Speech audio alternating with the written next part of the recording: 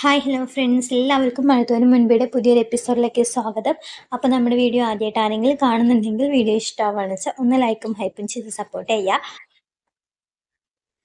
വൈജ പിടിച്ച പിടിയാൽ നിൽക്കുകയാണ്. അലീനയെ പറഞ്ഞയക്കാതെ ഇനി ആ വീട്ടിലേക്ക് തിരിച്ചു പോരില്ല എന്ന ഒറ്റ വാശിയിൽ തന്നെയാണ് വൈജ ഇരിക്കുന്നത്. അലീനേനെയും ബാലചന്ദ്രനെയും എത്രമാത്രം അപമാനിക്കാൻ പറ്റുമോ അത്രമാത്രം അപമാനിക്കുകയും എത്രയും മോശക്കാരനാക്കാൻ പറ്റുമോ, എത്രയും മോശക്കാരിയാക്കാൻ പറ്റുമോ അത്രയൊക്കെ വൈജ ചെയ്തുകൊണ്ടിരിക്കുകയാണ് കേട്ടോ.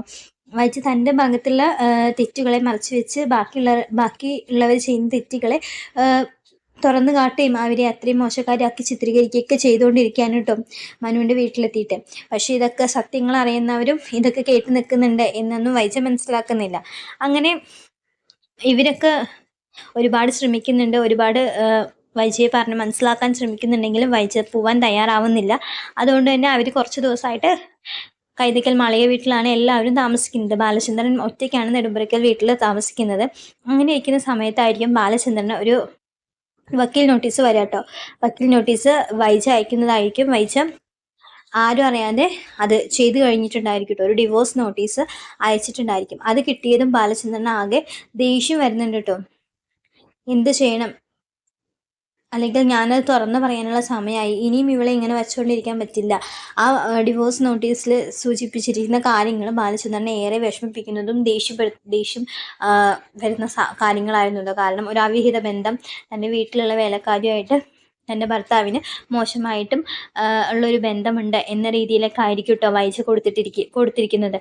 അത് ബാലചന്ദ്രനെ ദേഷ്യപ്പെടുത്തുന്ന കാര്യങ്ങളായതുകൊണ്ട് തന്നെ ബാലചന്ദ്രൻ ഒന്നും നോക്കാതെ പെട്ടെന്ന് റെഡിയായി ആ നോട്ടീസും കൈ പിടിച്ച് നേരെ വരുന്നത് കൈതക്കൽ മാളിക വീട്ടിലേക്കാണ് കേട്ടോ. അവിടെ വെച്ചിട്ടാണ് പിന്നെ ബാലചന്ദ്രൻ്റെ ദേഷ്യമൊക്കെ ബാലചന്ദ്രൻ കാണിക്കുന്നത് അവിടെ വെച്ചിട്ടായിരിക്കും. അത്രയും ദേഷ്യം വന്നിട്ടാണ് ബാലചന്ദ്രൻ വരിക കേട്ടോ. വന്നതും ബാലചന്ദ്രൻ വരുന്നത് കാണുമ്പോൾ തന്നെ എല്ലാവർക്കും മനസ്സിലാവുന്നുണ്ട് അച്ഛന് എന്തോ പറ്റിയിട്ടുണ്ട്, അച്ഛൻ ആകെ ദേഷ്യത്തിലാണ് വരുന്നതെന്ന് രോഹിത്തും ബബിതയും കൃഷ്ണയൊക്കെ പരസ്പരം പറയുന്നുണ്ട് കേട്ടോ. എന്താണ് കാരണമെന്ന് അപ്പോഴും മനസ്സിലാവുന്നില്ല, അവർക്കറിയില്ല. അപ്പോൾ വന്ന വഴിക്ക് ബാലചന്ദ്രൻ വന്ന വഴിക്ക് ശിവേട്ടൻ പറയുന്നുണ്ട്, എന്താ ബാലചന്ദ്രൻ ഒരു മുന്നറിയിപ്പില്ലാതെ പെട്ടെന്ന് ഇനി ഇങ്ങോട്ട് വരില്ല എന്നൊക്കെ പറഞ്ഞിട്ട് പോയതല്ലേ, എന്താ പ്രശ്നം, എന്തെങ്കിലും പ്രശ്നം ഉണ്ടോ പറയുമ്പോൾ പ്രശ്നമുണ്ട് ശിവേട്ട, നിങ്ങളൊക്കെ കൂടി ഒരു സാധനത്തിൻ്റെ എൻ്റെ തലയിൽ കെട്ടിവെച്ചില്ലേ, അത് ഇന്ന് ഞാൻ ഒഴിവാക്കാൻ പോവാ എന്ന് പറയുമ്പോൾ ശിവേട്ടൻ പറയും, എന്താ മനസ്സിലായില്ല, ഇതാ നിങ്ങളുടെ പെങ്ങളെ എനിക്ക് അയച്ച ഡിവോഴ്സ് നോട്ടീസാണ്. ഞാനൊരു കാര്യം പറഞ്ഞിട്ടുണ്ട് നിങ്ങളോട് ഇതിനു മുന്നേ, അവൾ അങ്ങനെ എന്തെങ്കിലും ചെയ്തു കഴിഞ്ഞു കഴിഞ്ഞാൽ ഞാൻ എല്ലാവരോടും തുറന്നു പറയുന്നു. ഇനി അതിനുള്ള സമയമാണ്. ഇനിയും അവളെ വെച്ച് വാഴിച്ച അതെനിക്കാ നാണക്കേട്. അവൾ ഇതിൽ എന്തൊക്കെ എഴുതി പിടിപ്പിച്ചിരിക്കുന്നതെന്ന് അറിയോ? എന്നെ മോശക്കാരിയാക്കി എൻ്റെ മകളെ അലീനേനെയും മോശക്കാരിയാക്കിയിട്ട് അവൾ എന്തോ പതിവ്രത ചമയല്ലേ ചെയ്യുന്നത്. ഇന്ന് അവളുടെ മക്കളുടെ മുന്നിൽ വെച്ചിട്ട്, ഈ ആൾക്കാരുടെയൊക്കെ മുന്നിൽ വെച്ചിട്ട് അവളുടെ തൊലി ഞാൻ ഉരിക്കും. ഇത്രയും കാലം നിങ്ങളും നിങ്ങളുടെ പെങ്ങളൊക്കെ ചെയ്തു വെച്ച കാര്യങ്ങൾക്ക് ഇന്ന് നിങ്ങൾ എല്ലാവരുടെയും മുന്നിൽ മറുപടി പറയും, തല കുനിച്ച് നിൽക്കേണ്ടി വരും. അപ്പോൾ ശിവേട്ടൻ ബാലചന്ദ്രനെ പിടിച്ചു നിർത്താൻ നോക്കുന്നുണ്ട്. ബാലചന്ദ്രൻ ഇപ്പോൾ ഇവിടെ വെച്ചിട്ടൊന്നും പറയണ്ട, നമുക്ക് വൈജയോട് പിന്നീട് സംസാരിക്കാൻ. അല്ല ശിവേട്ട, ഇനി ഇത് നീട്ടിക്കൊണ്ട് പോയിട്ട് കാര്യമില്ല. ഇപ്പം എത്ര ദിവസമായി, ഇത്രയും ദിവസമായിട്ടും അവളുടെ തീരുമാനത്തിലോ അവളുടെ പെരുമാറ്റത്തിലോ എന്തെങ്കിലും കുറച്ചെന്തെങ്കിലും മാറ്റം ഉണ്ടായിട്ടുണ്ടോ? ഇല്ലല്ലോ. അവളുടെ അഹങ്കാരം കൂടുകയല്ലാതെ കുറഞ്ഞിട്ടില്ലല്ലോ. അവള് ഒരു തെറ്റും ചെയ്യാത്തവള്, ബാക്കി എല്ലാവരും തെറ്റുകൾ ചെയ്തവള്. ശരിക്കും ആരാ തെറ്റ് ചെയ്തതെന്ന് എല്ലാവരും അറിയട്ടെ. ഇനി അത് മറച്ചു വെക്കേണ്ട ആവശ്യമില്ല. ഞാൻ എന്തിനെങ്ങനെ എല്ലാവരുടെ മുന്നിൽ നാണം കെട്ടവനായിട്ട് നിൽക്കുന്നത്?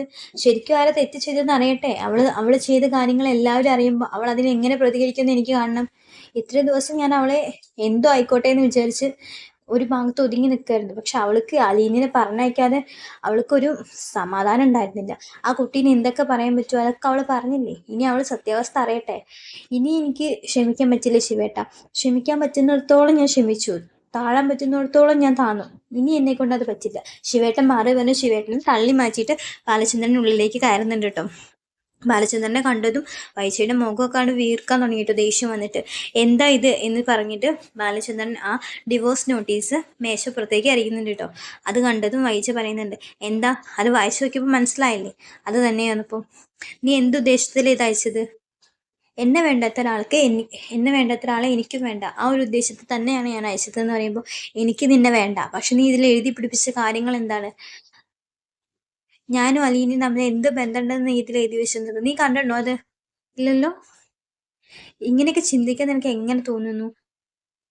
പിന്നെ നിങ്ങൾ പറഞ്ഞ ആ പൊട്ട കഥ എല്ലാവരും വിശ്വസിച്ച പോലെ ഞാൻ വിശ്വസിക്കുന്നു നിങ്ങൾക്ക് തോന്നുന്നുണ്ടോ? നിങ്ങൾക്ക് അവളെ ഇഷ്ടമാണ്. അപ്പോൾ അവളെ ആ വീട്ടിൽ പൊറപ്പിക്കാൻ വേണ്ടി നിങ്ങളൊരു നുണക്കഥ പറഞ്ഞു. അത് വിശ്വസിച്ച് ഈ 3 മക്കളും നിങ്ങളുടെ കൂടെ കൂടി. ഇവരെല്ലാവരും അത് വിശ്വസിച്ചു. അതുപോലെ ഞാനത് വിശ്വസിക്കാൻ ഞാൻ മണ്ടിയൊന്നുമല്ല, ഞാൻ പൊട്ടിയൊന്നുമല്ല. അത് നിങ്ങൾക്ക് അറിയാലോ പറഞ്ഞപ്പം ഓ നീ പൊട്ടിയൊന്നുമല്ല, നീ മണ്ടിയൊന്നുമല്ല എന്നൊക്കെ എല്ലാവർക്കും അറിയാം.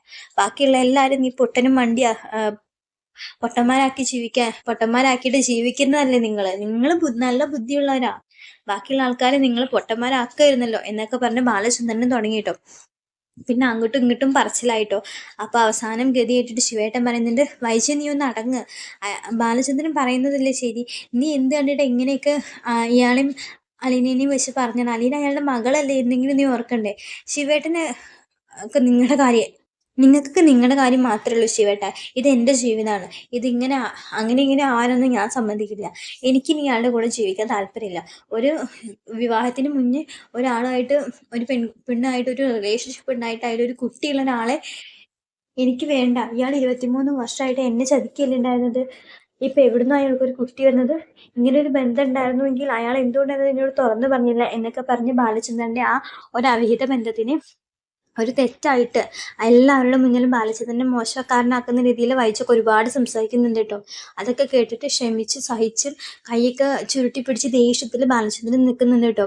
ഇതൊക്കെ കഴിഞ്ഞ് പറയുന്നുണ്ട്, ആരോ ഒരുത്തി പഴച്ചു പ്രസവിച്ച ഈ പഴച്ചവളെ അല്ലെങ്കിൽ ഈ നശിച്ചവളെ ആ കുടുംബത്തിലേക്ക് കയറ്റിയതാണ് ഏറ്റവും വലിയ തെറ്റ്. ഇവളെ എന്നാ വലതുകാലം വെച്ച് ആ വീട്ടിലേക്ക് കയറി വന്നു അന്ന് എൻ്റെ കുടുംബം നശിച്ചു എന്ന് വായിച്ച പറഞ്ഞു തീർക്കുന്നതിന് മുന്നേ തന്നെ ബാലചന്ദ്രന്റെ കൈ വായിച്ചയുടെ ചെവിട്ടത്ത് പതിഞ്ഞിട്ടുണ്ടായിരിക്കും കേട്ടോ. ആ ബാലചന്ദ്രന്റെ 5 വിരലുകളും വായിച്ചയുടെ മുഖത്ത് നേരെ ആ കവിളിൽ പതിഞ്ഞ രൂപത്തിൽ കാണുന്നുണ്ടായിരുന്നു കേട്ടോ. എല്ലാവരും ഞെട്ടിപ്പോയ ഒരു നിമിഷമായിരുന്നു കേട്ടോ അത്. ബാലചന്ദ്രന്റെ ഭാഗത്തുനിന്ന് ഒരിക്കലും അങ്ങനെ ഒരു റിയാക്ഷൻ ഉണ്ടാവുന്ന ആരും പ്രതീക്ഷിച്ചിട്ടുണ്ടായിരുന്നില്ല. പ്രതീക്ഷിക്കാത്ത സമയത്താണ് ബാലചന്ദ്രന്റെ കയ്യിൽ നിന്ന് വൈജിക്ക് അടി കിട്ടുന്നത്. ആ കിട്ടിയതിന് ആ കവളത്ത് തന്നെ അവളുടെ കൈ വെച്ച് വായിച്ച് തല ഉയർത്തി നോക്കും മുന്നേ ബാലചന്ദ്രൻ പറയുന്നുണ്ട്, ആരെ കുറിച്ചിട്ടാണ് നീ ഈ വാക്കുകൾ ഉപയോഗിക്കുന്നത് നിനക്ക് മനസ്സിലാവുന്നില്ല. ആര് പിഴച്ചു പ്രസവിച്ചതാച്ചാലും നിന്നെക്കാളും എത്രയോ മഹത്വം ഉണ്ട് അവൾക്ക്. നിന്റെ സ്വഭാവം അവളുടെ സ്വഭാവം വെച്ച് നോക്കുമ്പോൾ ഒരു പടി മേലെയാണ്. ഒരു പടിയല്ല, എത്രയോ പടികളെ മേലെയായിരിക്കും അലീന. അത് ഇവർക്ക് എല്ലാവർക്കും മനസ്സിലായതാണ്. അത് ഇനി നിനക്ക് മനസ്സിലാവില്ല. നീ ആരാന്ന് വിചാരിച്ചിട്ടാ നീ ഇങ്ങനെ കിടന്ന് തളയ്ക്കുന്നത്? നിന്റെ എല്ലാ ഭൂമിശാസ്ത്രം മനസ്സിലാക്കിയിട്ട് തന്നെയാണ് ഞാനിപ്പോൾ ഇവിടെ നിൽക്കുന്നത്. നീ വലിയ പതിവ്രത സമയുന്നുണ്ടല്ലോ. നീ ആരായിരുന്നു? നീ 2 വർഷം ആഗ്രയിൽ എന്താ ചെയ്തിരുന്നത്? ഞാൻ പറയണോ? എല്ലാം അറിഞ്ഞിട്ട് തന്നെയാണ് ഞാൻ ഇത്രയും ദിവസം നിന്നോട് ഇങ്ങനെ പെരുമാറിയത്. അത് നിനക്ക് ഇനി മനസ്സിലാക്കാൻ സാധിച്ചിട്ടില്ലല്ലോ. നീ വലിയ പതിവ്രത, നീ ഒന്നും ചെയ്തിട്ടില്ല, നിനക്കൊന്നും അറിയില്ല. നീ 23 വർഷം സത്യസന്ധമായിട്ടായിരുന്നു എൻ്റെ കൂടെ ജീവിച്ചിരുന്നത് അല്ലേ? ഭർത്താവിനെ ചതിക്കുകയോ ഭർത്താവിനെ വഞ്ചിക്കുകയോ ഭർത്താവിനോടൊന്നും മറച്ചു വെക്കുകയോ ചെയ്യാതെ അത്രയും സത്യസന്ധയായിട്ടുള്ള ഭാര്യയായിട്ടായിരുന്നു നീ 23 വർഷം എൻ്റെ കൂടെ ജീവിച്ചിരുന്നത്, ആണോ? അല്ലല്ലോ. എൻ്റെ നിനക്ക് ഉത്തരമില്ലേ ഇപ്പോൾ? ഇതാ ഇത്രയും ദിവസം ഞാനത് പറയാതിരിക്കുകയായിരുന്നു. എൻ്റെ മനസ്സിൽ ഒതുക്കി വെച്ചിരിക്കുകയായിരുന്നു ഞാൻ. നിന്റെ ആങ്ങളമാർക്ക് 3 പേർക്കും അറിയാം ഞാൻ എന്തുകൊണ്ടാണ് നിന്നോട് ഇങ്ങനെ പെരുമാറുന്നതെന്ന്. അവർ നിന്നോടത് പറഞ്ഞില്ല. കാരണം അവർക്ക് കൂടി നിന്നോടത് പറയാൻ പറ്റില്ല. ഒക്കെ നീ വരുത്തി വെച്ചതാണ്. ഇപ്പം ഞാൻ നിന്നോട് ഇങ്ങനെ പെരുമാറാനുള്ള കാരണം കൂടി നീ ചെയ്തു വെച്ച കാര്യങ്ങളാണ്. ആഗ്രയിൽ നീ 2 വർഷം എന്താണോ ചെയ്തിരുന്നത്, നിനക്ക് അതിൽ കൂടെ എന്തൊക്കെ നഷ്ടങ്ങൾ സംഭവിച്ചു, അതൊക്കെ കഴിഞ്ഞ് നീ ഏതവസ്ഥയിലാണ് എന്നെ വിവാഹം കഴിച്ചത് എന്നുള്ള വരെ കാര്യങ്ങൾ ഞാൻ മനസ്സിലാക്കിയിട്ടുണ്ട്. അതിനുശേഷം മാത്രമാണ് ഞാൻ നിന്നോട് ഇങ്ങനെ പെരുമാറാൻ തുടങ്ങിയത്. കാരണം അതെന്തുകൊണ്ടാണ് നിനക്ക് മനസ്സിലായല്ലോ. ചതിക്കപ്പെട്ട ഒരു ഭർത്താവിൻ്റെ വേദന എൻ്റെ മനസ്സിലുണ്ടായിരുന്നു. ചതിക്കുകയും വഞ്ചിക്കപ്പെട്ട് അത്രയും സ്നേഹിച്ച് തൻ്റെ ഭാര്യയിൽ നിന്ന് തനിക്ക് കിട്ടിയത് എന്താ? വെറും വഞ്ചനകളും ചതികളും മാത്രമായിരുന്നു. ആ ചതികളെ ഏറ്റുവാങ്ങിയിട്ടാണ് ഞാനിപ്പോൾ ഇങ്ങനെ നിൽക്കുന്നത്. തകർന്നു പോയൊരു മനുഷ്യനാണ് ഞാൻ. ആ തകർന്നതിൻ്റെ മേലെയാണ് നീ ഇനി മതി വൈച്ചേ. ഇതിനു മേലെ എനിക്ക് നിന്നോട് ഒന്നും പറയാനില്ല. ഇനി എൻ്റെ മക്കളെ കാണാനോ എന്നെ കാണാനോ ആ വീടിൻ്റെ പടി നീ ചവിട്ടിപ്പോവരുത്. ഇനി ഞങ്ങൾക്ക് ഇങ്ങനൊരു ആളെ വേണ്ട. എനിക്കിനി നിന്നെ ഭാര്യയായിട്ട് സ്വീകരിക്കാനോ ഭാര്യയായിട്ട് കാണാനോ പറ്റില്ല. അത് ഞാൻ എന്നെ ഉറപ്പിച്ച കാര്യമാണ്. ഇത്ര ആൾക്കാരുടെ മുന്നിൽ നിന്റെ ശരിയായിട്ട് രൂപം പറയണമെന്ന് എനിക്ക് എന്നും മനസ്സിൽ ഉറപ്പിച്ചതാണ്. പിന്നെ എൻ്റെ കുടുംബം തകരരുതെന്ന് വിചാരിച്ച് മാത്രമാണ് ഞാനൊന്നും പറയാതിരുന്നത്. പക്ഷെ ഇപ്പം എൻ്റെ മക്കൾക്ക് ഞാൻ പറഞ്ഞാൽ അത് മനസ്സിലാക്കാനുള്ള ബുദ്ധി വിവേകമുണ്ട്. അതുകൊണ്ട് അവരത് ആ രീതിയിൽ എടുത്തോളും. നീ ഒരു കുട്ടീനെ പഴിച്ചു പ്രസവിച്ചിട്ടുണ്ട് എന്നുള്ള കാര്യം നിന്റെ 3 മക്കൾ പറഞ്ഞു കഴിഞ്ഞു. നീ എത്ര തരം താഴ്ന്ന രീതിയിലാണ് ജീവിച്ചിരുന്നത്, നീ എങ്ങനത്തെ സ്ത്രീയാണ് എന്നുള്ള കാര്യം എൻ്റെ മക്കൾ മനസ്സിലാക്കിയിരുന്നു. ഇനിയെങ്കിലും അവര് എൻ്റെ ഭാഗത്ത് തെറ്റില്ല, തെറ്റുകാരി നീയാണെന്ന് മനസ്സിലാക്കും. അതിനുള്ള ഇട ഉണ്ടാക്കിയതും നീയായിരുന്നു. ഞാൻ പരമാവധി ഒഴിഞ്ഞു മാറി പോയതായിരുന്നു. പക്ഷെ നിന്റെ വാശി അഹങ്കാരമാണ് ഈ വിഷയം ഇതുവരെ എത്തിച്ചത്. ഇനി നിനക്ക് ഡിവോഴ്സ് വേണിച്ച് ഞാൻ ഡിവോഴ്സ് തന്നേക്കാം. എനിക്കിനി നിന്നെ വേണ്ട. എന്റെ ഭാര്യയായിട്ട് ഇനി ഒരിക്കലും നീ ഉണ്ടാവില്ല. എനിക്ക് നിന്നെ അങ്ങനെ കാണാനും പറ്റില്ല. പിന്നെ നീ അന്ന് പിഴച്ചു പ്രസവിച്ച കുഞ്ഞുണ്ടല്ലോ, അത് ഇന്നും ജീവിച്ചിരിക്കുന്നുണ്ട്. അത് ആരാന്ന് മനസ്സിലാക്കുന്ന നിമിഷം നീ ഇല്ലാണ്ടാവും. അത് നീ കാത്തിരുന്നോ ഇനി എന്ന് പറഞ്ഞിട്ട് തന്നെ 3 മക്കളേനെയും അലീനേനെയും കൂട്ടി ബാലചന്ദ്രൻ ആ വീട് അപ്പൊ തന്നെ ആ വീട്ടിൽ നിന്ന് ഇറങ്ങി പോകുന്നുണ്ട് കേട്ടോ. ഒന്നും മറുപടി പറയാനാവാതെയാണ് വൈജ അവിടെ നിൽക്കുന്നത് കേട്ടോ. കാരണം വൈജ എന്തായിരുന്നു, എങ്ങനെയായിരുന്നു എന്നുള്ള സത്യങ്ങളൊക്കെ ബാലചന്ദ്രൻ മനസ്സിലാക്കിയിരിക്കുന്നു. അത് തന്റെ മക്കൾക്ക് മുന്നിൽ ബാലചന്ദ്രൻ തുറന്നു പറഞ്ഞിരിക്കുകയാണ്. ആ നിമിഷം വൈജ ഒന്നും അല്ലാണ്ടായി പോവാണ്. ഇത്ര ദിവസം തന്റെ അഭിമാനം അത് ഇത് എന്നൊക്കെ പറഞ്ഞ് വലിയ ഷോ കാണിച്ചിരുന്ന വൈജയ്ക്ക് അവിടെ ഒന്നും മറുപടി പറയാനുണ്ടായിരുന്നില്ല. തന്റെ അമ്മയ്ക്ക് ഒരു അർഹത ഉണ്ടായിരുന്നു, അതിലൊരു കുട്ടി ജനിച്ചിട്ടുണ്ടായിരുന്നു എന്നുള്ള സത്യം 3 മക്കളും മനസ്സിലാക്കുക. 3 മക്കള് കൃഷ്ണയ്ക്ക് നേരത്തെ അറിയായിരുന്നു. 2 മക്കളും കമലയെടുത്തിയും ബാക്കിയുള്ളവരൊക്കെ അറിഞ്ഞ ആ നിമിഷം വൈജ ഒന്നും അല്ലാണ്ടായി പോവാണ് കേട്ടോ. ഇതൊക്കെ വരാൻ പോകുന്ന ഒരു എപ്പിസോഡാണ്. വീഡിയോ ഇഷ്ടമാണെന്ന് വെച്ചാൽ എല്ലാവരും ലൈക്ക് ചെയ്യണം, സബ്സ്ക്രൈബ് ചെയ്യണം. താങ്ക്